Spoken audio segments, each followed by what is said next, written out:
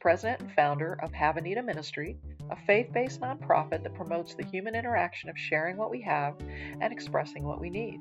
The guests in the podcast are the people who I have connection stories with and have something meaningful to share in their communities of connection. Thank you for listening. Let's share.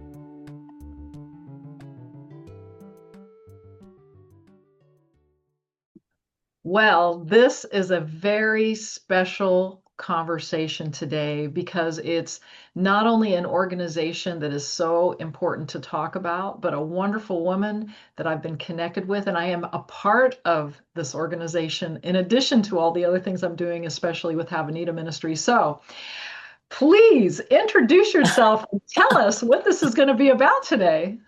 Oh, Leah, thank you so much for that wonderful introduction and for including me in your podcast. I really appreciate it. My name is Dana Sauro. Yes, weird last name, Sauro, Italian. I've lived in Ocala for 20 years. I came originally from Massachusetts and we took shelter here in the state and love it. And not long after I moved here, I learned all about P as in Paul, E as in elephant, O as in orange, P.E.O. And now I'm president of our chapter, Chapter GE, because that's how P.E.O. is organized by individual chapters. And then they're organized into states, and then the states into an international organization, both Canada and the United States. And it's a wonderful group of people to be associated with. Well, that PEO and how you were saying it, is that really what the name of the organization is? Just that? It is P.E.O., but it stands for 19th Century Philanthropic Educational Organization, or 21st Century Provide Educational Opportunities. And they're for women. That's what our organization is all about, empowering women with education and the opportunity to make their lives better by getting a certificate or a degree or an advanced degree. That's what it's all about. I think that is such an amazing component is that a lot of times when we're talking about education and how people are getting it, they think it's only at one level. But this is a varied range of levels and a varied range of focuses. And I think that's such a fantastic thing because we as humans, we all have different skills, talents, abilities, and desires. And they may change with time. People that decided that it wasn't a good idea to get a college degree or they couldn't afford it or it didn't fit into their life plan suddenly may find at age 30 or 35 or older that they suddenly need maybe a certificate degree. They may need a master's degree. You never know what's coming around the corner. And that's where I think the big strength of PEO lies. Because as you say, we offer a range of grants, loans, and scholarships. We have 6 what we call international projects. And the project is funding and then finding candidates for our 6 projects. And they include one for young women going from high school to college called the STAR Scholarship, which is the youngest scholarship. It started in 2009. Then we have some for people getting certifications, getting a bachelor's degree, a master's degree, PhD degree. We have several of those. We even have a degree for international students who are coming to this country to work on a PhD, who will then take what they've learned back to their home country and spread not only this very important education, but also the process of democratization in the sense of women having power and knowledge. That is just a fabulous component of this. And so, even though you might think that it's only women that should be listening to this, there may be dads, grandfathers, brothers, Absolutely. husbands. There may be people that need to listen to this to really understand what an amazing thing this is to be able to do to help women get an education, because that education is a big component of life and progress in many, many things that we deal with. And I feel like its timing is very important right now to understand that this is going on. But I think that one of the most amazing things that I have been learning, because I'm very new in this chapter and very new to this experience, But the fact that it was founded, am I right, in 1869? Yes, indeed. January 21st, 1869. Seven young women who were at Iowa Wesleyan University, which unfortunately closed its doors a few years ago due to COVID. These girls were in school together. And some of them were invited to join the Greek societies, but not all of them. So one of the very bright women said, let's make our own organization. So it started out as a friendship organization based on the principles of friendship and loyalty. But it very quickly spread beyond college and it became something available to women of all ages, 18 and above, and not necessarily college graduates or people even thinking about going to college. But they all had in common a passion for women's education. And of course, in 1869, that was a big deal. About the only women's college that was founded, I think the only one available at that time was Mount Holyoke, which was founded in 1834.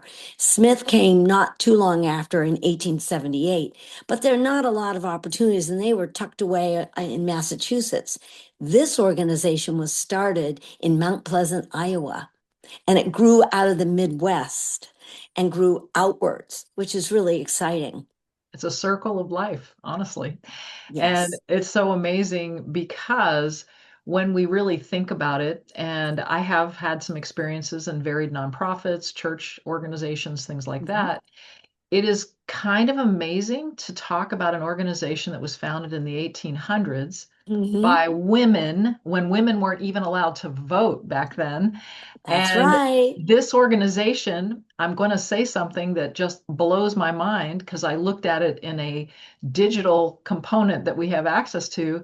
There's over 191,000 women that are a part of this organization in varied chapters around the United States and internationally. Wow. It's amazing. For example, in Florida, we have about 220 chapters, and there are five chapters alone in Ocala. But all the states have chapters. California, Texas, New York, they have so many chapters. They make us look really small. And there are chapters in Canada, and there are a couple of chapters over in England, so that it is an international organization. And roughly, there are over 4,500 chapters, just like little chapter GE. Probably a lot of them are bigger than we are. Our motto is we may be small, but we are mighty. That's awesome. And you know, when people lock arms and work together, the big Yes. picture of this is so amazing. And I don't remember the specific number, but I know that there's a certain number that we have given, this organization has given. Yes, more than $462 million Oh my since goodness. 1907. More than 129,000 women have benefited from the educational loans, grants, and scholarships. It's just, Huge. that is just shocking and amazing. And I feel like it's one of those organizations that is even progressing too. And having experience Yes. on boards of directors and things like that, what I really am so impressed about is how this organization is constantly rethinking, Yes. assessing their bylaws, their policies, and working together. And that's why this organization is still in play, which is very unusual. Even for-profit businesses don't last this long. And there's a reason behind it. It is that ongoing growth and development that involves people being engaged, not just in sticking to the same policies that may not be relevant in the current world. And that is so impressive to know that PEO does that. Well, we have basically a review every 2 years. We have a biennial international convention. And I'll just say the next one's going to be in 2027 in Kissimmee, Florida, in Wow. honor of the state of Florida reaching 100 years of age, having PEO chapters. If you can believe it, the first chapter didn't even start here till 1927. But getting back to this international convention, that's a time where we look at our bylaws, our constitution. We think about, is there language that needs to be updated? Are there procedures that no longer work that can be streamlined? We don't want to throw the baby out with the bathwater because we cherish our traditions, but on the other hand, we don't want to go extinct. So that's why we continue to look and look at suggestions from everybody. There's a procedure by which you make a suggestion to change something at the international level, which then filters down to the states and to the individual chapters. And I think we didn't talk about this from the beginning, and I'm kind of glad because this is something that is what happened with me. I didn't really Mm. even fully understand it. I had been invited to come to some social events, enjoyed the women amazingly that I got to hang out with. And there's a big range of ages. It's not just one age or another. And having an amazing woman that's been on this particular chapter 60 years is a mind blowing. Yes. But this is also an organization founded in faith of the Lord. Yes, that is so true. And many of our ceremonies, particularly, for example, we have a beautiful ceremony, which you will see, Leah, next month, is installation of officers. The very language used comes from the Book of Common Prayer, the 1928 version. So we say we are looking for women of faith, women who they profess a belief in God, but it actually started in a Christian faith-based community because that's the only language, that was the only religion there at the time. And our virtues of faith, love, purity, justice, and truth come right out of the New Testament. That's amazing. And I feel like that's a very important component of alignment and being able to move forward and knowing that God is ordering the steps of being able to serve in this way. And for this organization to have been around so long is a big picture of the foundation of that. But there's just so many elements. And again, I keep smiling and thinking, how is it that a women's organization survived this long? Wow. Faith and action of constantly being present and the social component. And I would love for you to talk about that a little bit too, because it sounds like, oh, we're doing all these tasks, et cetera, but that's not really all that this is. No, because we are tied together by our sisterhood. When a woman becomes part of PEO, she's part of it forever. It isn't sort of you join for a week or a month or a few years and then drop out. Once a sister, always a sister. And it's as important as raising money and finding candidates for the projects is what we call showing a loving concern for each sister. That means that we get to know each other, that we spend time together doing fun activities. We might use glue guns and make something really great, except I won't use the glue gun because nobody gives me the glue gun. We might go on trips. For example, we went on a day trip to the Butterfly Museum up in Gainesville a few years ago and to Paynes Prairie. We might check out new restaurants like at the place I went today for lunch with one of my PEO sisters. We were checking it out. So there's plenty of opportunity, which is important for sisterhood, for being close to each other, for enjoying each other, and for sharing not just our common goal of educating but also what makes us tick. Because each one of us is an individual with all these different experiences. We have, come to think of it, no native born Floridians in our particular chapter. Everybody has come from someplace else. And that's really amazing. It really is. And it is amazing that I didn't even realize in my experience that I was an executive director of an organization and there was somebody on the board and she had mentioned something about this for me in Mm. Miami. And I just kind of didn't have time at the time. And then I came up here and I had been here for a little while and my cousin kept telling me about this group of women and I showed up, and it turned out that it was PEO, and it's my mom's first cousin and my second cousin. And I'm like, wow, this is interesting that God has ordered my steps because the organization in Miami was also the one, and it was a chapter there, and they're actually very active. And she also talked about this being her favorite group of sisters. And that relationship has been such a big component of it. There's a bigger picture here of that. And I would love on the personal level for you to share because this is a let's share conversation. Share how this happened for you because you have a background in education, do you not? Thanks for joining. And before we continue, I want to pause for a moment. The Let's Share podcast is part of Have a Need a Ministry, and we exist to shine a light on the incredible work nonprofits and others are doing in our community. If this conversation is inspiring you, would you consider supporting the podcast? Even a small donation helps us to share these stories. You can give directly through the link in our show notes or on our website. Every gift makes a difference, and together we're fueling impact. Let's continue. I do actually. In Massachusetts, I ran my own business getting organized after college for almost 20 years. And then I gave up on the adults. I said, I can't help these people. Their habits are so bad already. They're so ingrained. All they want me to do is do the organizing for them. I said, I've got to start younger with kids. Went back to school and got 2 masters in education. And I taught, well, basically the equivalent of an inner city school, which I love doing. And in particular, I taught English as a second language. Our two main groups of kids were from China and Haiti, which is like the weirdest mix possible. And I was very, very interested in making sure that my girls had opportunities to move on because it was tough with both those cultures because the kids that I had, parents expected them to go to work, didn't really think that they were going to, college didn't even enter the picture.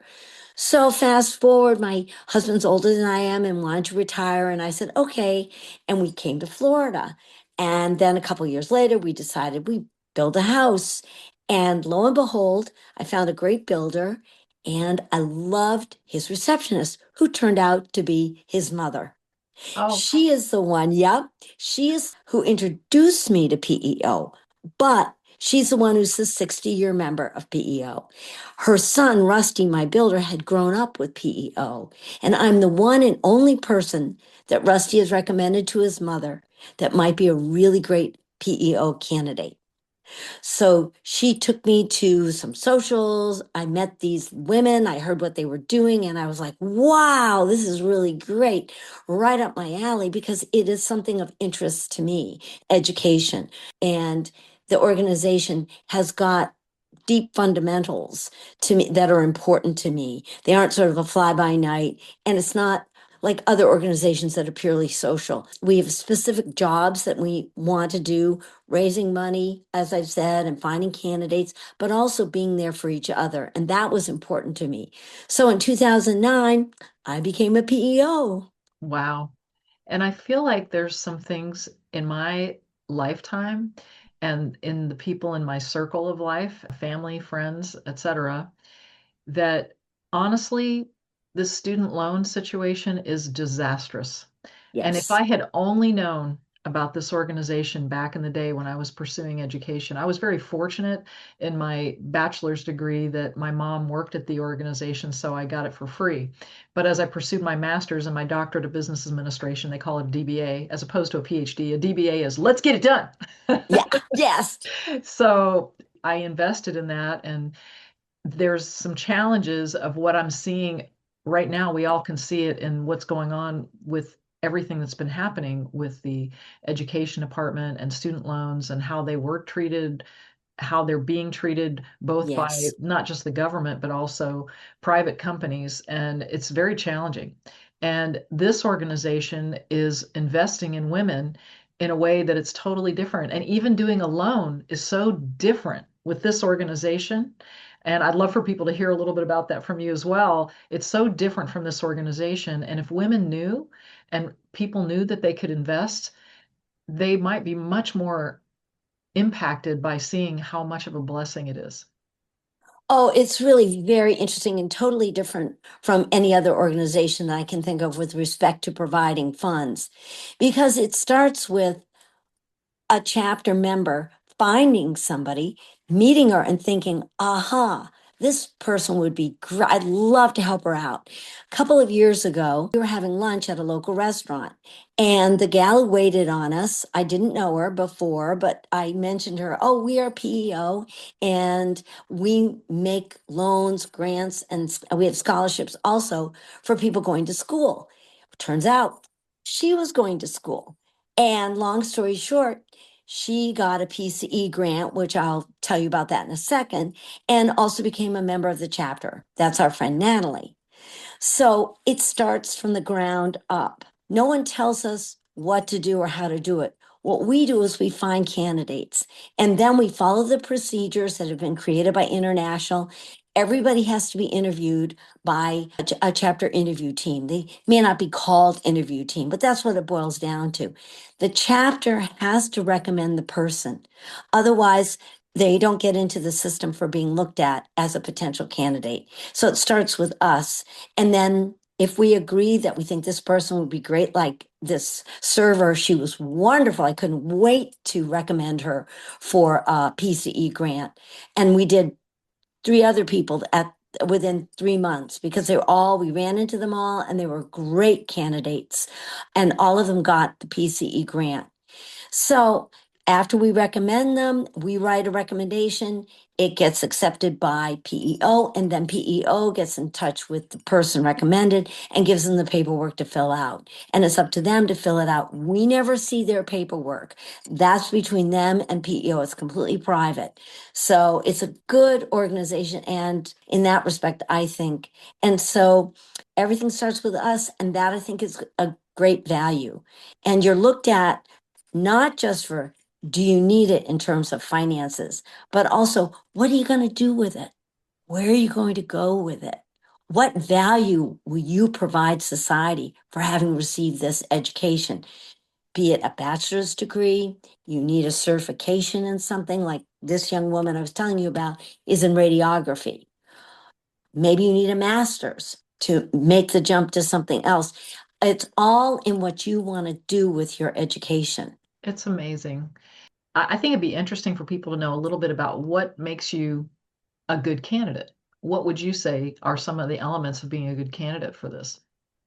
I think the most important thing about being a good candidate is that you thought clearly about your goals. You're not mushy, you're not pie in the sky. You're like, this is what I want to do.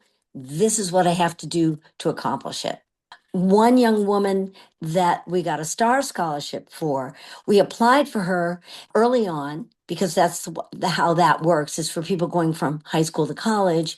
And then she decided, no, I thought I would go and become a helicopter pilot this way, but I see that it's a better way to go through the Coast Guard. So she's gone to the Coast Guard. She was accepted. She's gone through boot camp. She's now on her first assignment and she's waiting to do aviation electronics courses. As soon as there are enough students, she will take those on. So our student, she did get the STAR scholarship, but we couldn't accept it because it doesn't work. You don't pay to go to the Coast Guard. But that's the kind of person we're looking for. This is a timing for somebody. This is an opportunity in two different directions. And the other Yes. thing is that there's a ripple effect here. And I've brought it up before, and I know that I've been told that this is true. But the ripple effect is that women that are willing to invest in this and the women that are willing to receive it, there's a ripple effect for future women. Because once a woman has this experience, some of them come back and they contribute. Very much so. Many want to become PEO members because they've benefited directly from PEO and they want to give back when they're in a position to do so. And that is marvelous. And you're right, it is a ripple effect. It's rare, I think, that of all those more than 129,000 women that have received scholarships, about the only ones that I think can't really give back in that respect are the IPS, the international students, because they live in another, they don't live in Canada. They're in Africa, they're in Asia, but they're giving back differently because they're helping their countries grow and develop along educated lines that people can prove, yes, this is a good way to do crop rotation or whatever the particular area of expertise is. Well, there's definitely even a ripple effect of their contribution to their community. And Correct. this is a true investment in our world. And Honestly, I'm not sure people have really heard much about this organization because there's been a little bit of privacy up until more recently. And that is something that is so awesome in a way, too, of just that component of wanting to do this and just let it be focused on the do, not necessarily the who. That's very true. And in fact, when I became a member, that's how long between 1869 to basically 2009, 2010, that's when they started to say it's okay to tell people about PEO. And so that's when the tactic of the organization changed a little bit because previously, I mean, I had never heard of it. I didn't know what it was. I didn't know what they did. And then I went to the socials and started learning about it. I said, oh, this is great. And this is before they had really a working website that you could go on and check. So there were a lot of published materials that people could receive at that point. Now you'd look it up online, but had no way of really looking, understanding it very much. So I took it on faith in my friend Lorraine, who was a very good and still is a very good friend, that if she's a member of it, then it must be worthwhile being a member of this because she's not sort of a person into it just for social connections. That's not who we are. Absolutely. And I think the other thing is that you don't have to be a rich person to be a member. This giving, the only thing is there's a little annual membership fee, but even with that, there might be scenarios for people in different timing, et cetera. But like you said, you never have to leave the PEO and you can always be involved. And depending on your scenarios, that's the fantastic component of it is that they don't just let you go like we do in other No. scenarios, or you get voted off a board, or you get Oh, you quit no. because you move somewhere. If you move somewhere, likely there's another one you can get involved in, and you just shift to a new chapter. So I'd love to hear some thoughts on that. Yes, that's true, what you just said. For example, this young woman who is in the Coast Guard in her first assignments in Arlington, Virginia. So she's already actively looking, which you can use the international website to actively look to see where there are chapters near your location, because most places there are enough chapters. Some states have less, they're very big states, but they don't have a large population. I'm thinking like South Dakota, North Dakota, places like that, or Maine. But generally, there are enough chapters around that you could find one. You'd transfer, say, this young woman would transfer from chapter GE, our chapter in Florida, to something in Virginia. So it's easy to stay connected. Now, some people are worried saying, well, I don't have a lot of time for this. I have little children, I have work commitments, and so forth. And what I always say to them is once a PEO, it factors in the seasons of your life. Now, there's sometimes when you can be very, very active and do a bazillion things because you got the time and you want to. For example, you're newly retired, you're not sure what you want to do, but you love PEO and say, yeah, I think I'll be an officer, or yeah, I think I'll do some fundraising. There are other times where, for example, we had one PEO's husband became very ill and she had to nurse him and she had to pull back. We understand that. We are a lifelong commitment. We aren't sort of a one size fits all or slam bam and then the door, don't let the door hit you on the way out. We understand that. And that's what sisterhood is all about, pulling together. Some years ago, not long after I became a PEO, I had to have a series of eye surgeries that didn't let me leave my house. And I couldn't drive. I had to be in a certain position. And PEO sisters, one sister in particular, came once a week and brought her lunch and my lunch from our favorite little place called Scrambles. She brought me my favorite cheeseburger. So I was kept in the loop with PEO, and I was so grateful to that. I mean, it's a small thing, but it meant a lot to me. So even though I was grounded, I was in connection with my sisters. That's beautiful. And as you're talking about this, I think it's really important for people to know what is the website, and social media. So if you go on the website, you can actually find the social media. So Yes, the website, our website is www dot, all one word, peointernational.org. We also are in Facebook, Instagram, and LinkedIn. So you can find us there. For example, at Facebook, PEO International, Instagram at PEO International, and LinkedIn, International Chapter of the PEO Sisterhood. So you'll be able to find us by our name. And heartily endorse checking the website out because I went back to check it out myself to see what it looked like. Even though I've been on it many times, I do the member login. So I looked at it from a visitor's perspective, and there's lots of fantastic history. Like, Leah, did you know that 1889 is when we published our first record, which is our current magazine that we get every quarter? It's Wow. still being made. I know, it's incredible. Oh my gosh. I look by looking at the visitor website. I didn't remember that. Maybe they told me, but I forgot. Well, I think it's just an incredible opportunity for people to learn about this. And again, for women who may want to get involved, it's something to learn about, and you can apply when you go on the website.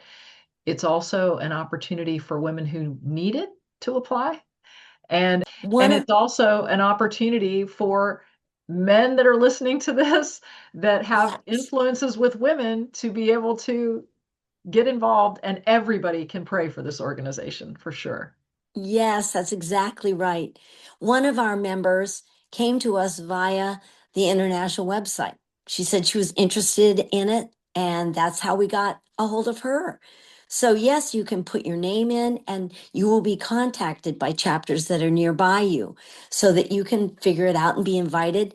If you're in a place where there's more than one chapter, like Ocala, you can decide, oh, I only want to go to chapters that meet, say, at night or only ones that meet during the day. So you have your choice and you can go and visit several of them and see what you think. You can go as a guest and then they get to know you, you get to know them, and you decide mutually whether, gee, this might be a good place to join, or no, this really isn't for me. It's not my cup of tea. And that's okay.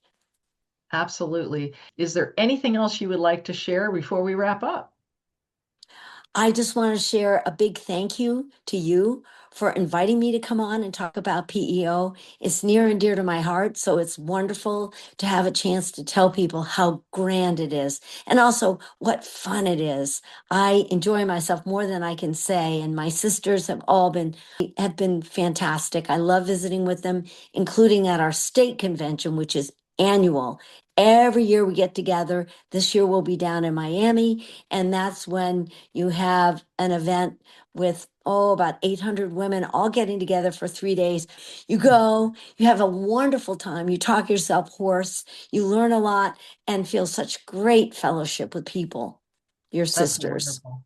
And I'm very honored. This is a new season. I just joined, voted in last fall. So I'm in the still learning season, but it's just been such a privilege to see what an amazing opportunity this can be, and that it's not something that I have to walk away from or feel that I don't have a new relationship of women that I can connect with, and excited about that. It's such a blessing. So thank you so much for sharing. And we're going to just trust whoever's listening to this. It's been a blessing. Yes. Thank you for sharing your time listening to this Let's Share podcast. Our hope is that you receive some inspiration to give and receive, because giving plus receiving equals sharing. If you want to learn more about Have a Need a Ministry, go to haveaneedaministry.com. Look forward to connecting soon.